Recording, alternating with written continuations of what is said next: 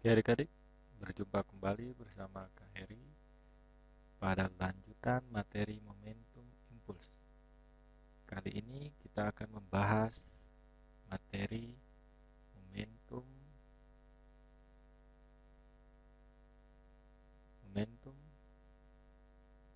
dan impuls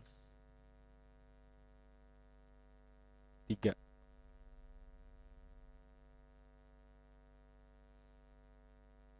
Pada sub materi momentum dan impuls 3 ini, kita akan membahas tentang hukum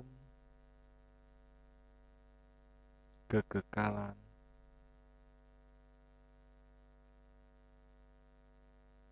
momentum.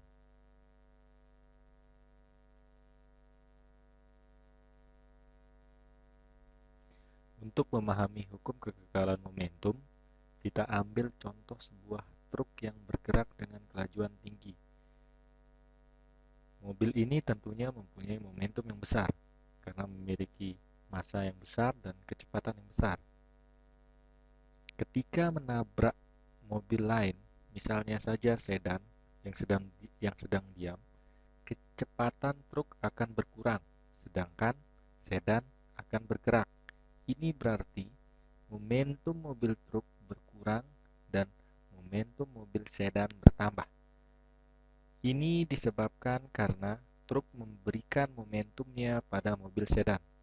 Dengan kata lain, momentum truk tidak hilang, melainkan diberikan kepada sedan. Inilah salah satu contoh yang menunjukkan hukum kekekalan momentum. Untuk lebih jelasnya, akan kakak ilustrasikan seperti berikut ini.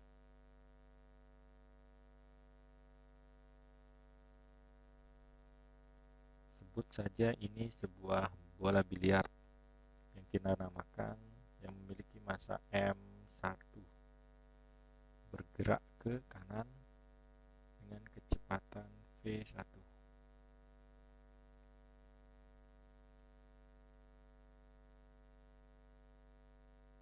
Sebut saja ini bola biliar 2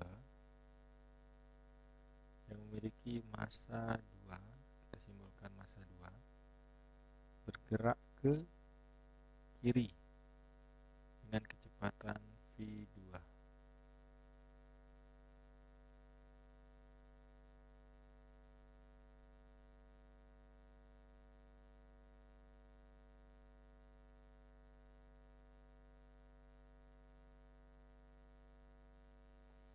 Dengan kecepatan V2.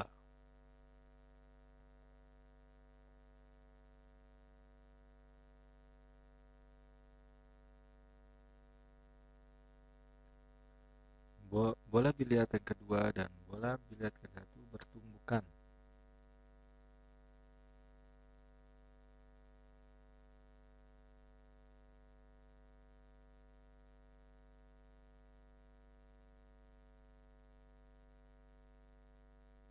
Yang hijau ini adalah efeknya.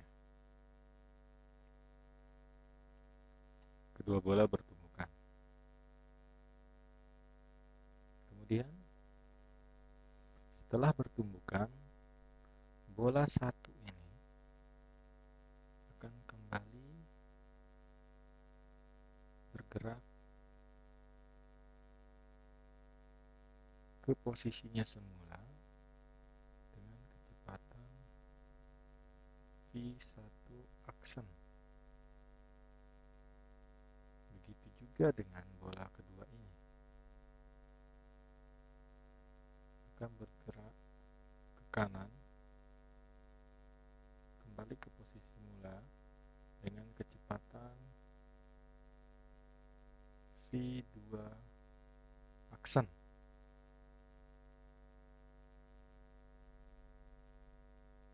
V2 aksen. Sehingga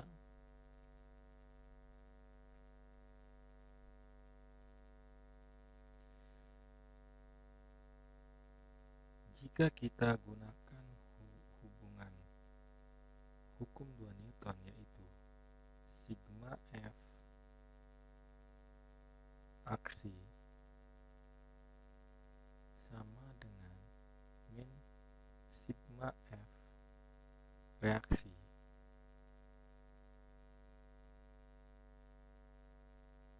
maka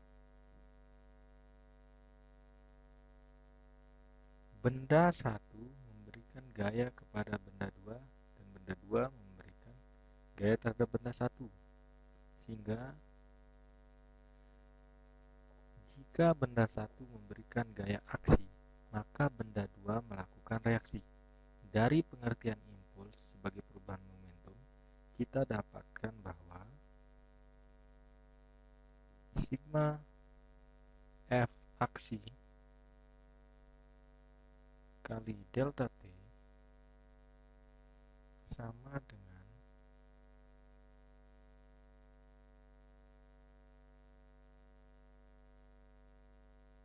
min sigma F reaksi kali delta T.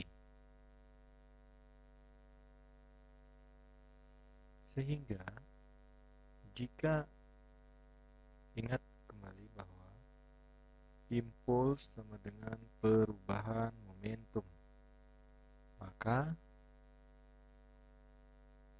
M1V1 aksen dikurangi M1V1 sama dengan minus dalam kurung M2V2 aksen dikurangi M2V2, sehingga didapat bahwa M1V1 aksen dikurangi M1V1 sama dengan minus M2V2 aksen ditambah M2V2. Maka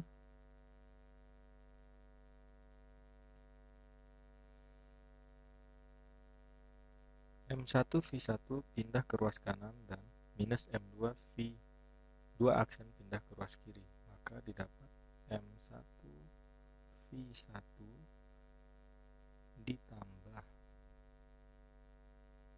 M2V2 aksen sama dengan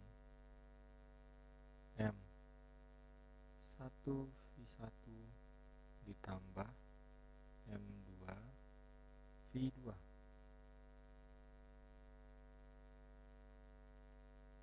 Nah, inilah yang dinamakan hukum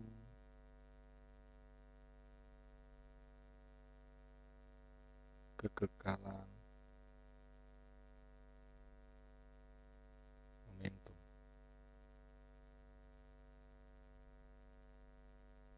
Bahwa momentum sebelum dan setelah tumbukan sama. Jadi singkat kata, dari persamaan ini didapat bahwa momentum sebelum sama dengan momentum setelah.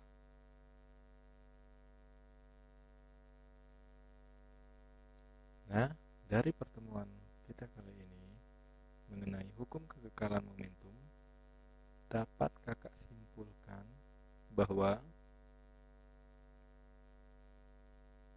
momentum sebelum dan setelah tumbukan sama, yaitu M1V1 aksen ditambah M2V2 aksen sama dengan M1V1 ditambah M2V2.